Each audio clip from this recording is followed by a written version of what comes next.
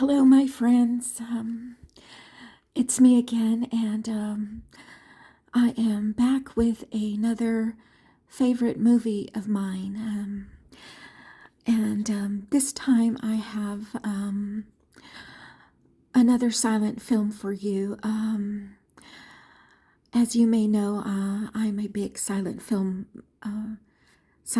fan, and so I have another silent film for you today, and the title of this film is called Sunrise, A Song of Two Humans, released in 1927, and it's also known as just Sunrise, but the full title is Sunrise, A Song of Two Humans. And again, I have some notes, so I'm going to read from my notes, and then I will share the film with you. And again, if my camera stops recording, please be on the lookout for part 2. And I do believe I'm going to show you the full film, because it's such a great film that showing just highlights of it just won't do it justice. And this film is available on YouTube to watch at any time, and without my interruptions and commentary. So if you're interested in watching it, you can find it on YouTube at any time. But yes, anyway, let me read my notes. Oh, I'm sorry, I'm on the wrong page.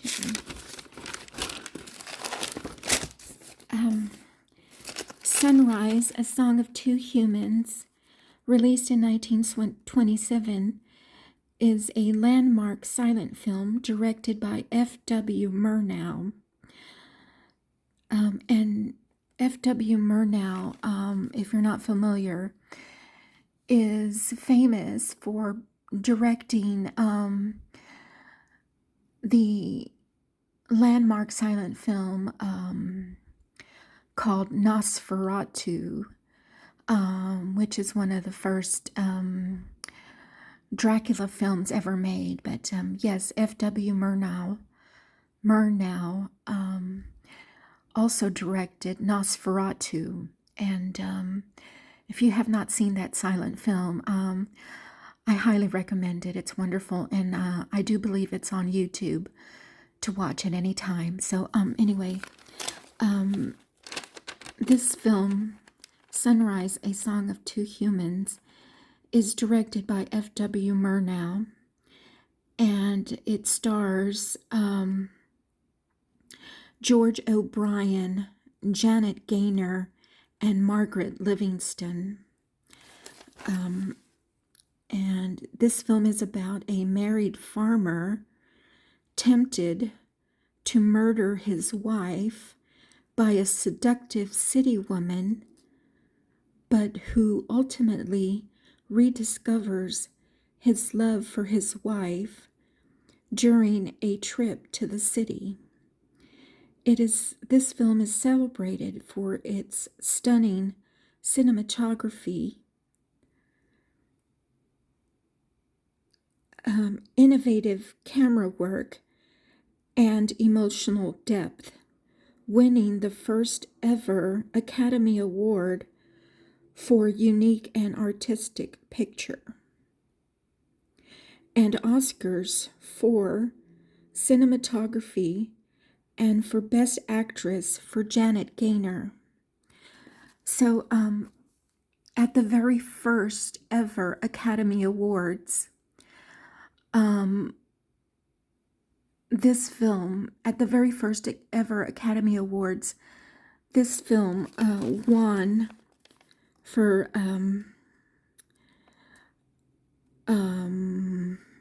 where did I read that?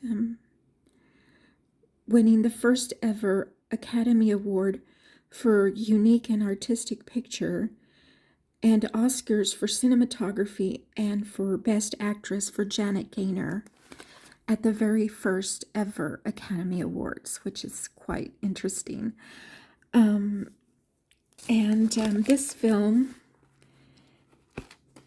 though it's a silent film, it was released with a synchronized musical score and sound effects. Okay. Sorry. This film is known for its expressive German expressionist style, innovative camera movement, like the moving camera on rails, and beautiful poetic visuals contrasting the country and the city. Although this is a silent film, it has a synchronized musical score and sound effects, but no dialogue. And it was made using the then new Fox Movietone sound on film system, making Sunrise one of the first feature films with a synchronized musical score and sound effects soundtrack. And as I mentioned, it won 3 Academy Awards at the first ever Academy Awards ceremony. And in 1929, Janet Gaynor became the first recipient of the Academy Award for Best Actress for her performances in Seventh Heaven, Sunrise, A Song of Two Humans, both released in 1927, and for her performance in Street Angel, 1928. This is the only occasion an actress won 1 Oscar for multiple film roles.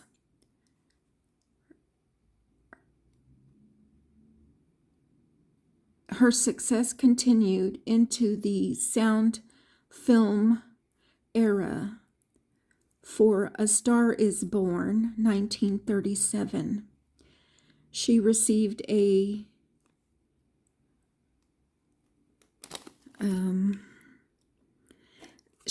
a second Best Actress Academy Award nomination for A Star is Born, released in 1937. I've yet to see that version of A Star is Born, released in 1937, but I did see the version of A Star is Born. I'm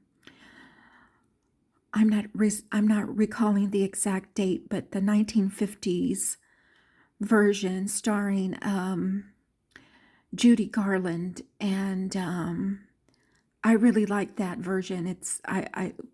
I'm a fan of that version, so I have to put the 1937 version on my to watch list. But anyway, so yeah, I find that very interesting that at the very first ever Academy Awards ceremony, Janet Gaynor won an Oscar for Best Actress for her performances in 3 films. She won 1 Oscar for her performances in 3 films, which were Seventh Heaven, Sunrise, A Song of Two Humans, both released in 1927, and her performance in Street Angel, released in 1928, which was the first ever occasion that ever happened. So that's quite interesting. But anyway,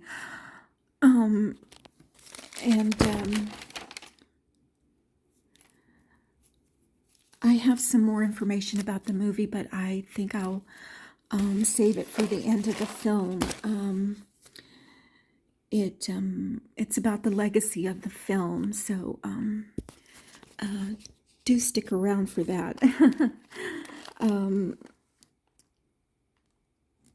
let's see, should I just talk about it now? Let me just talk about it right now, so you won't miss that information, because I think it's really important. But the legacy of the film is, this film is considered one of the greatest films ever made. It was inducted into the National Film Registry.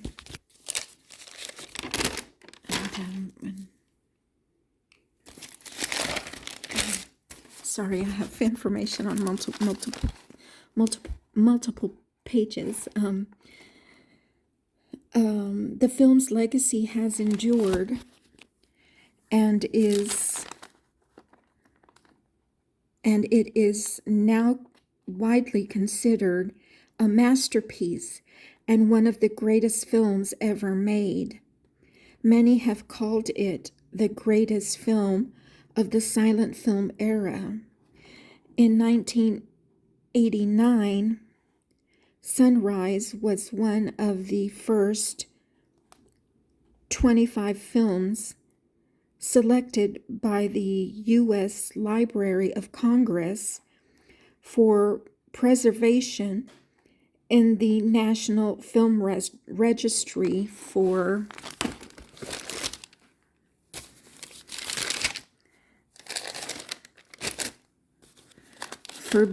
being culturally, historically, or aesthetically significant.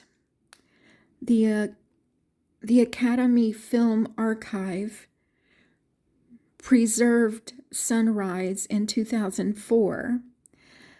The 2007 update of the American Film Institute's list of the 100 greatest American films ranked it number 82, and the British Film Institute's 2022 Sight and Sound Critics Poll named it the 11th best film in the history of motion pictures, while the director's poll listed it 33rd. Although the original 35mm negative of the original American version of Sunrise was destroyed in the 1937 Fox Vault fire, a new negative was created from a surviving print.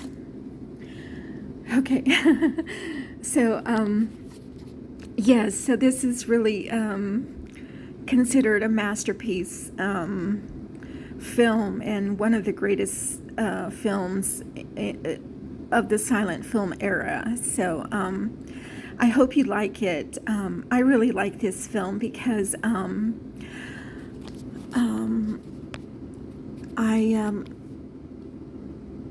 I like the visuals. I think it's a beautiful, stunning film. And I liked also the innovative camera work that is shown on the film, which was groundbreaking in the 1920s, and you can see it. And every time I see this film, it really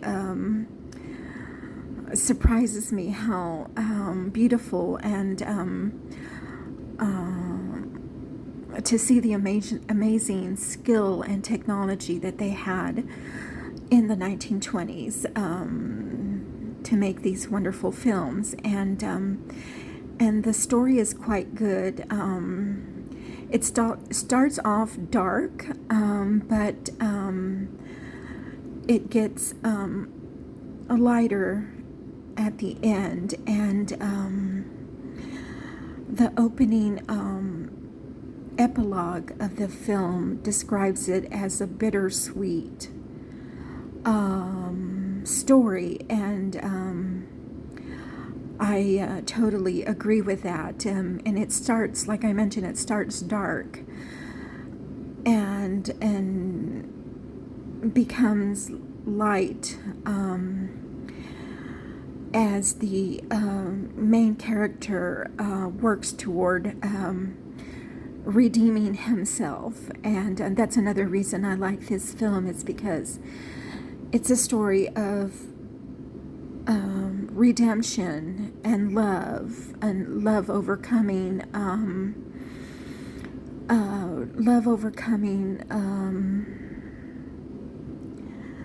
darkness. And so yes, and the beginning of the film, the dark part, is reminiscent of F.W. Murnau's work in Nosferatu. It looks very dark and kind of spooky and scary, but it does become better toward the middle and end of the film. So anyway, without further ado, I will start the film. And the beginning is silent, so not until you get into the middle of the credits do you start to hear some music. And then I want to say something about the sound effects about the film, but I'll talk about that when I get to that part of the film. So anyway, let's begin the film. Once again, this is Sunrise, A Song of Two Humans, released in 1927, directed by F.W. Murnau, and starring George O'Brien, Janet Gaynor, and Margaret Livingston. She plays the seductive city woman.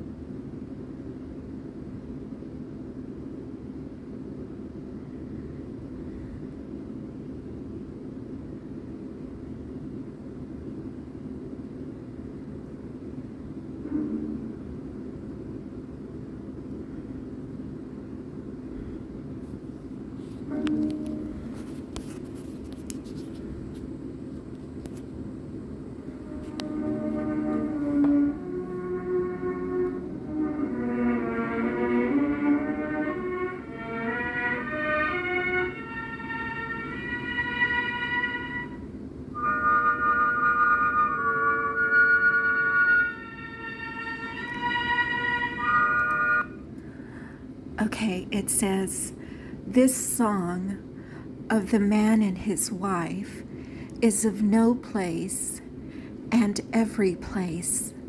You might hear it anywhere at any time."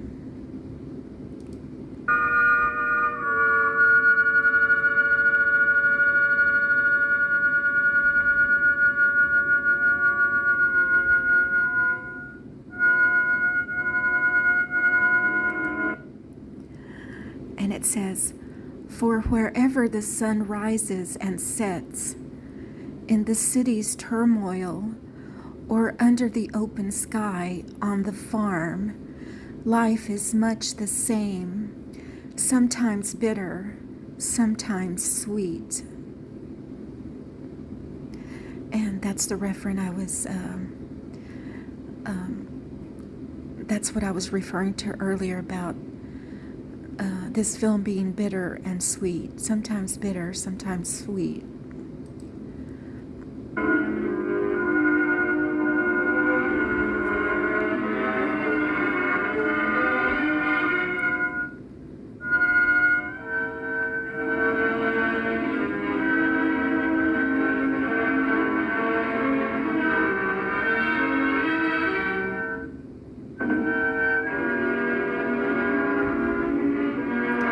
Summertime, vacation time.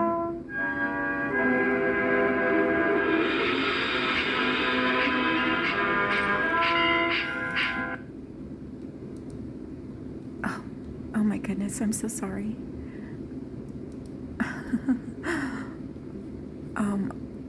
This look at this shot right here. It's amazing, and I've seen this before in other silent films, and I still can't figure out how they did this, because I've seen this in the also in the silent film Metropolis, and in the film The Crowd, and they're both silent films. Metropolis is a silent film, and The Crowd is a silent film, and they have these wide shots with people and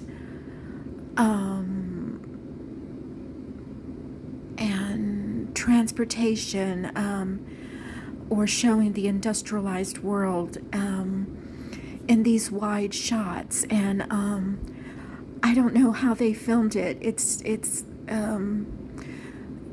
amazing to me, but yeah. So you'll see a little bit more of that in the film. But anyway, yeah, it's that's what I mean. That this is another reason why I like this film, because it's so visually beautiful. And as I read in my notes, it's recognized for its beautiful cinematography, and for its beautiful German expressionist visuals. And so yeah. Anyway.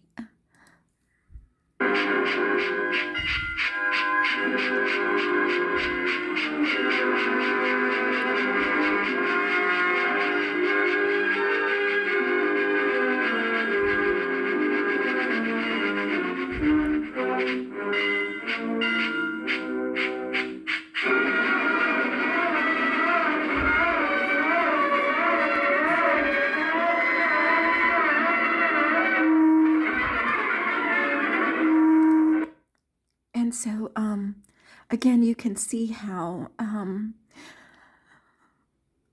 the artistry in this film is just magnificent. As you can see in this shot, there's two images superimposed onto one another. You see the vacationers on the beach, vacationing, and then on the right side. And then on the left side, you can see a ship moving on the ocean on the very same in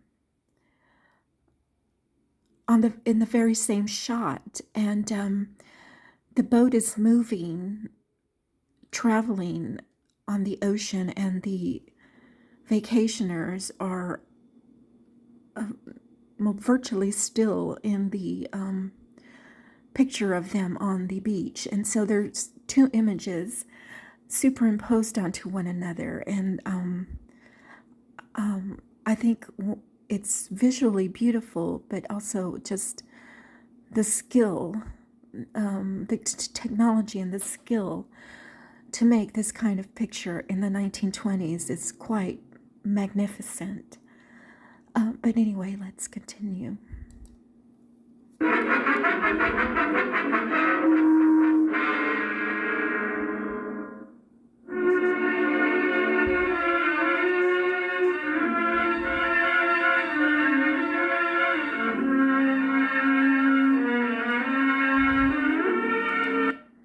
And we're seeing the vacationers relaxing and enjoying themselves at this at this small village, a resort type village.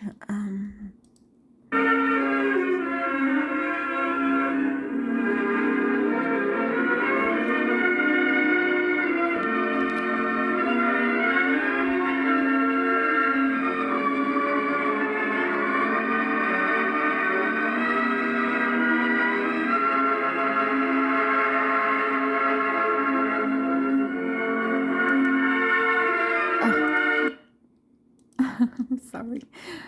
And so here, the director is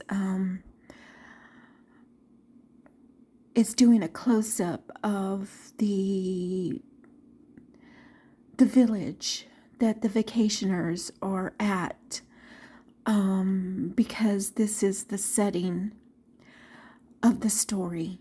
And so he's focusing in on the location, the village that is on this. I'm not sure exactly where this location is, but it looks to be some maybe an island or just a waterfront property of some sort. But anyway, yeah. So and you just saw the vacationers coming and going at this location. So anyway, okay. Oops.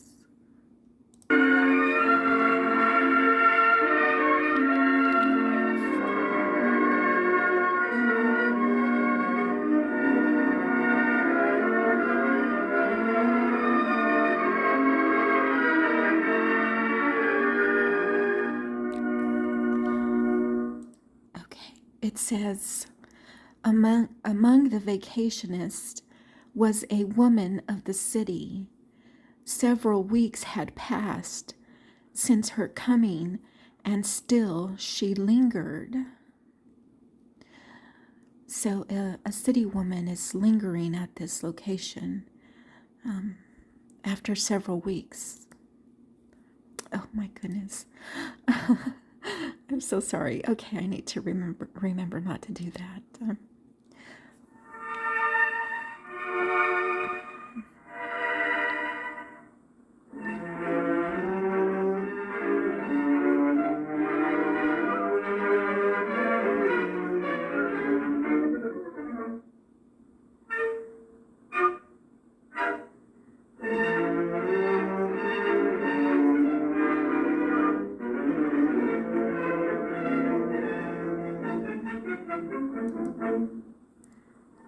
Oh my goodness.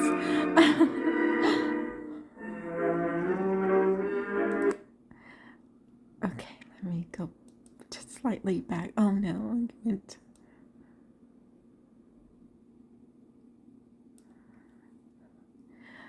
Okay, so now the director has introduced the seductive city woman that is lingering at this location.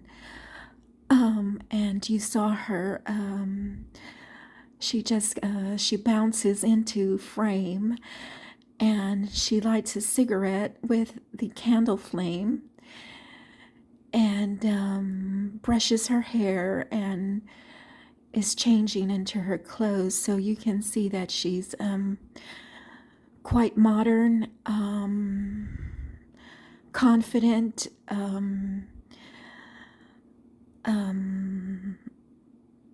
and by her dress, she's seductive, a modern woman, and confident. And so yes, so this is the introduction of the seductive city woman.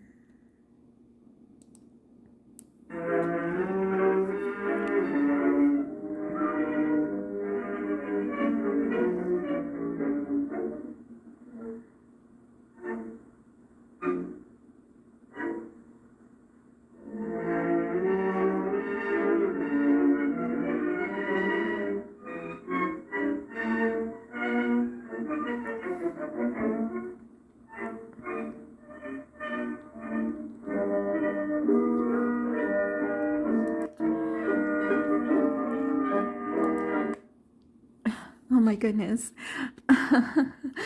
So I hope you caught that she walks in, and she finds the farmers sitting down having a dinner, I believe, and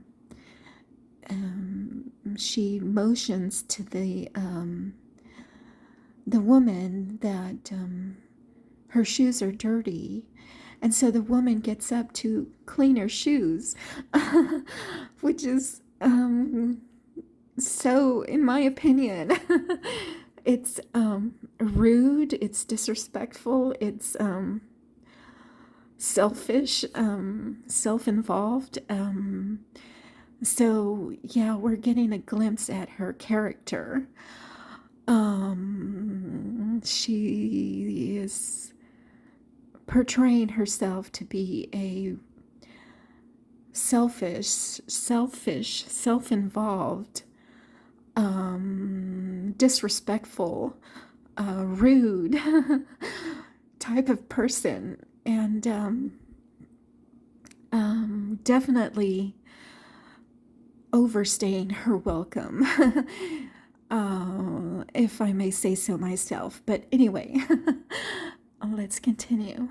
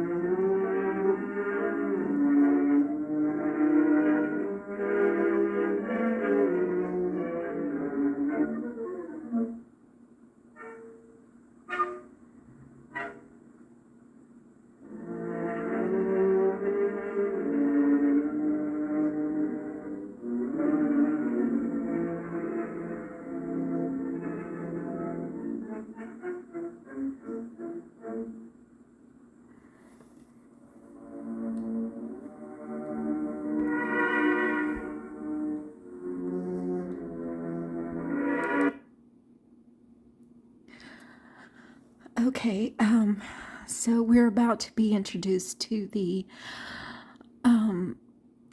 married farmer, and I stopped here purposely because we can see the seductive city woman whistling to the farmer to get his attention, and to call him out so that she can spend time with him. And as I mentioned at the beginning of this video, about the information about the film, how this film, although it's a silent film and has no dialogue, it does have a synchronized musical score, and it will have some sound effects. And in my opinion, I think that F.W. Murnau should have done a sound effect for her whistling when she calls him out. I think, in my opinion, that it would have been an iconic sound that would have still would have lasted the test of time, because in my opinion, the whistle, we should have heard the whistle. And in my mind, in my imagination, I could imagine it still being used today as a meme or a gif. I don't know if you pronounce it GIF or GIF, but you know what I mean. And it's still being relevant today. Of course, I'm not condoning adultery or cheating or anything, but I'm not condoning that at all. I'm just saying that it could have been an iconic um, um, an iconic sound and image still relevant until today. So I don't know why F.W. Murnau didn't consider making her whistle an audible sound effect for this movie. But regardless, it is what it is. But I'm just saying, I wish I could hear her whistle in this film, because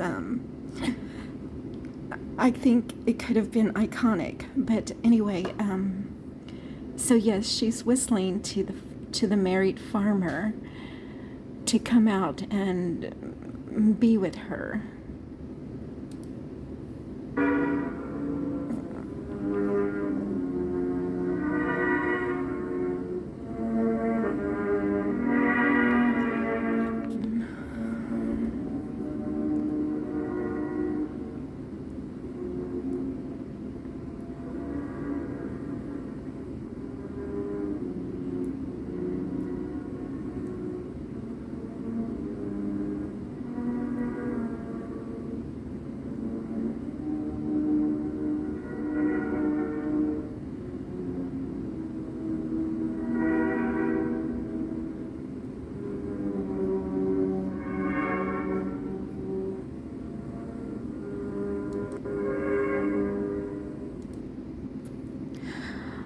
Okay, so now F.W. Murnau has introduced his wife.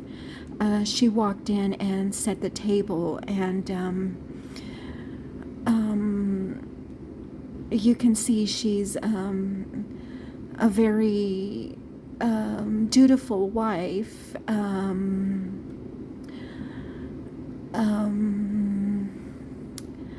Reserved,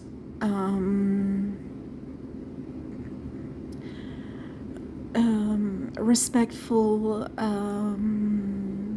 loving, giving, caring, which is a very big contrast to the seductive city woman. And then also you can see here in this this shot that he is conflicted about what he's doing.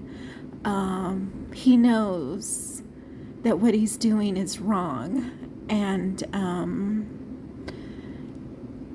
you can see he's very torn about what he's doing and conflicted about it, worried about it, but his temptation gets the best of him. And so let's continue.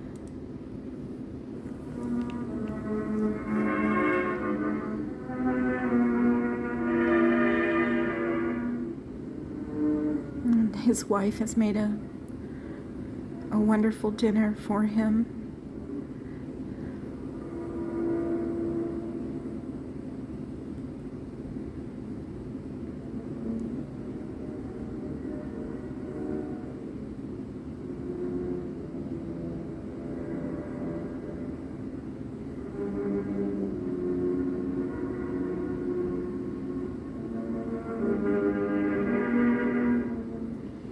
She's waiting for him.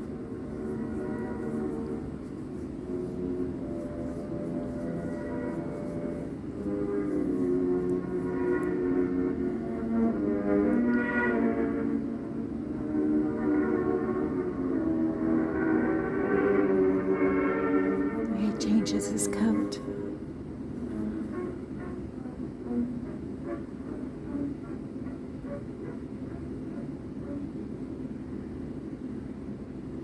And she notices he's gone.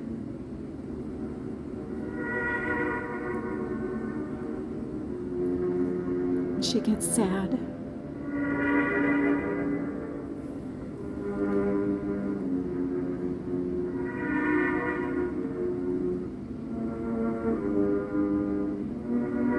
You can see her sadness.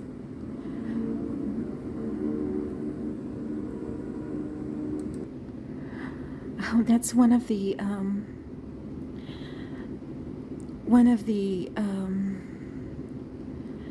the many reasons that I love silent films is their ability to express emotion and feelings and thoughts through their actions.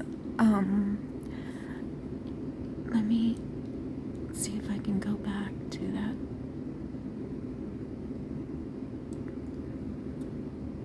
Right here, you can see her disappointment, her sadness, her I don't know how, just her disappointment, her sadness, her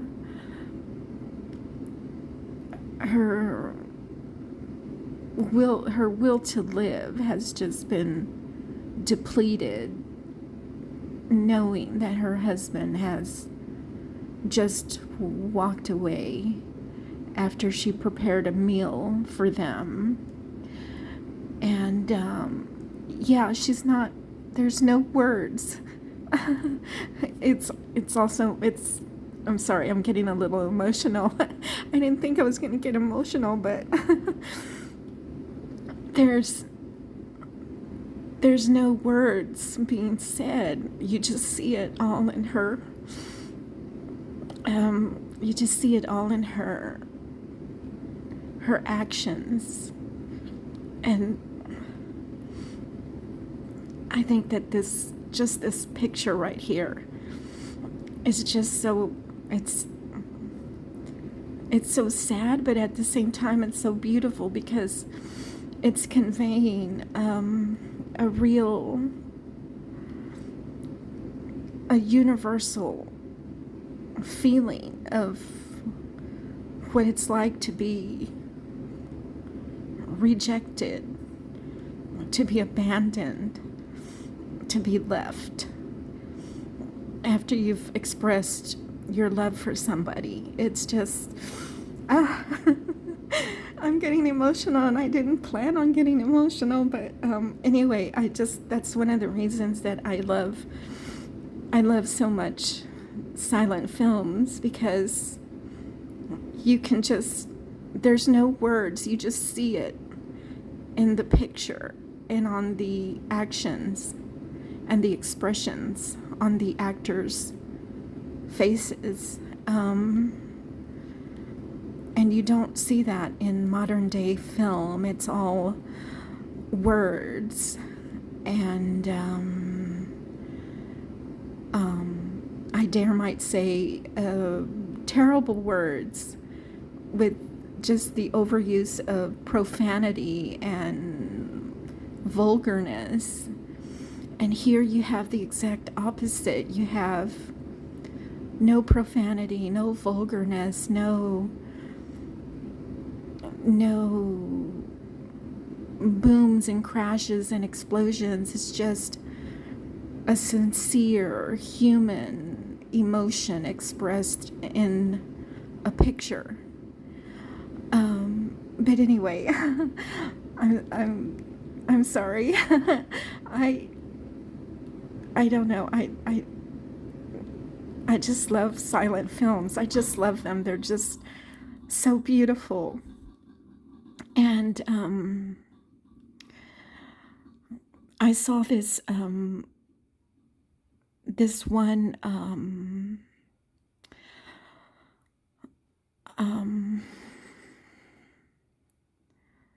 one commercial on TCM that was talking about silent films, and this man, he was a film historian, and he mentioned in that commercial that that when he was growing up, people would always say that, oh, silent films are just so, they're just so boring and terribly made and just a waste of time. They're just oh, silent films are just horrible. They're just no good. And he said that when he started watching silent films, he found it to be the exact opposite. And I totally agree with him. I think they're the most beautiful films ever made. I'm getting emotional again. And I totally agree. When I started watching silent films, and of course I've mentioned before that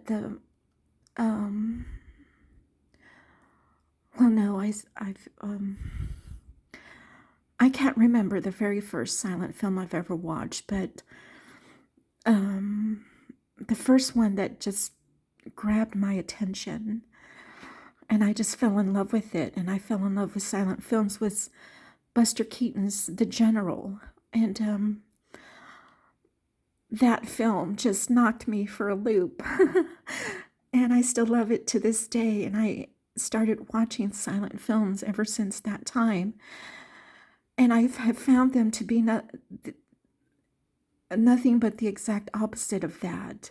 Because I do remember as a young adult hearing the same thing about silent films being boring and poorly made, and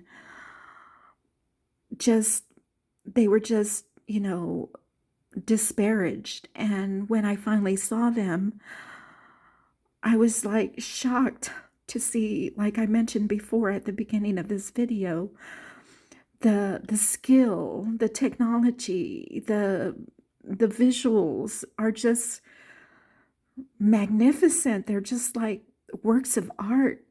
And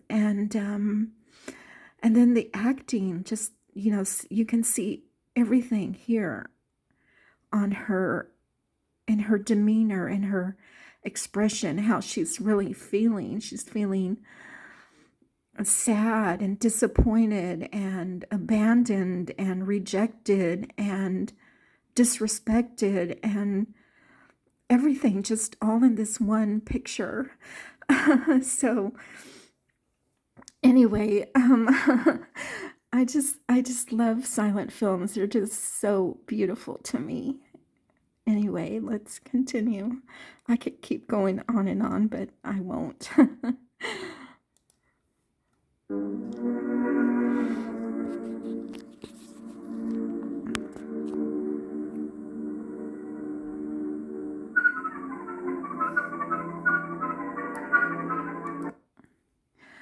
Okay, there you saw, I believe it's their maid. That's their maid.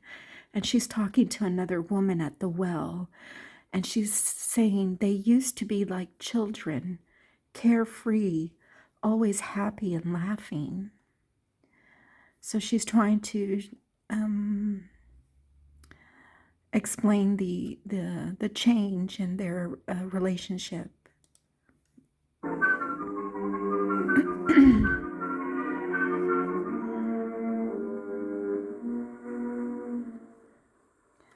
And we're going to see what it was like before, what they were like before.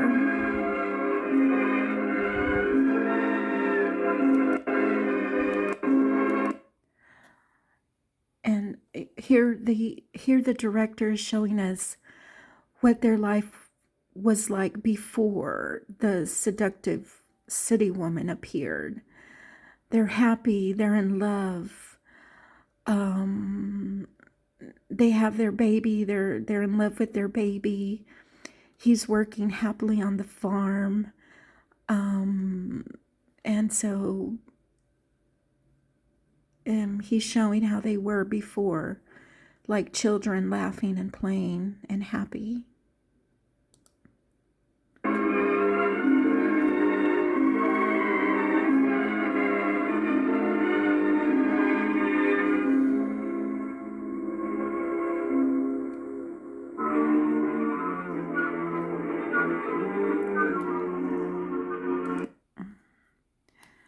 And then it says, now he ruins himself for that woman from the city.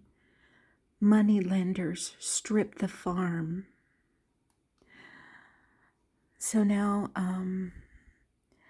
he's ruining himself for this city woman. He's money lenders strip the farm. He's taking out loans to have money to spend on the city woman. And so he's putting his family in jeopardy and his farm in jeopardy for money to spend on the city woman.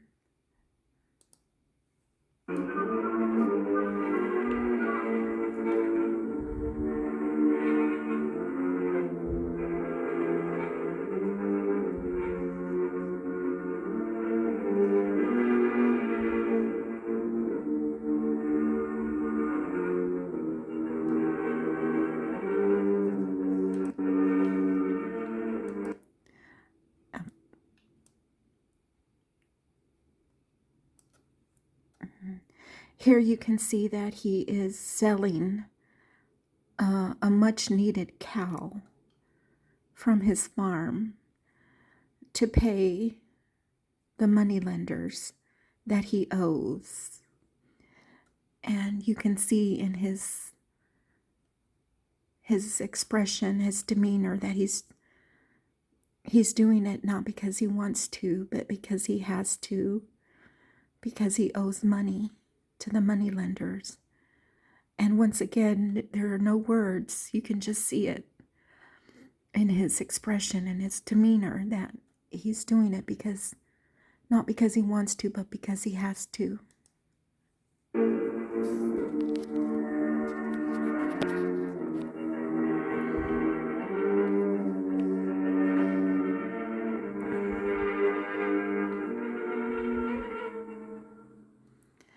And his wife sits alone.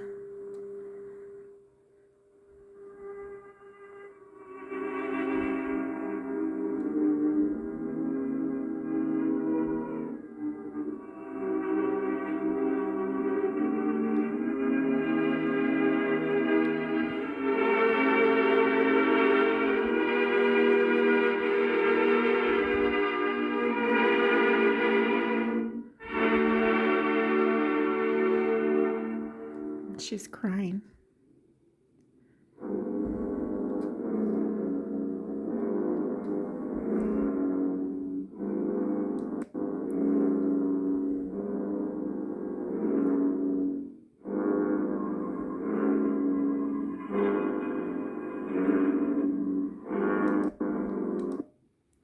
Okay, let me go back.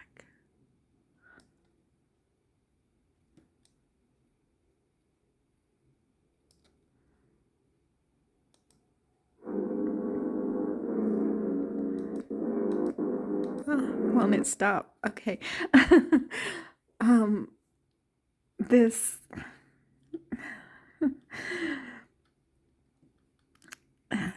this shot right here. Okay, I'm trying not to get emotional, but this shot right here says it all.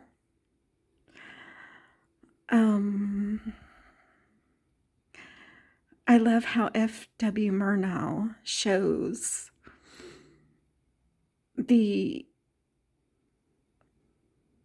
his message, is how he's conveying his message through images. And this image says it all. The moon, the mist, the fog, the darkness, the demeanor of the man. He's moving like a zombie, like he's doing what he's doing, but he's not willingly doing it. He's not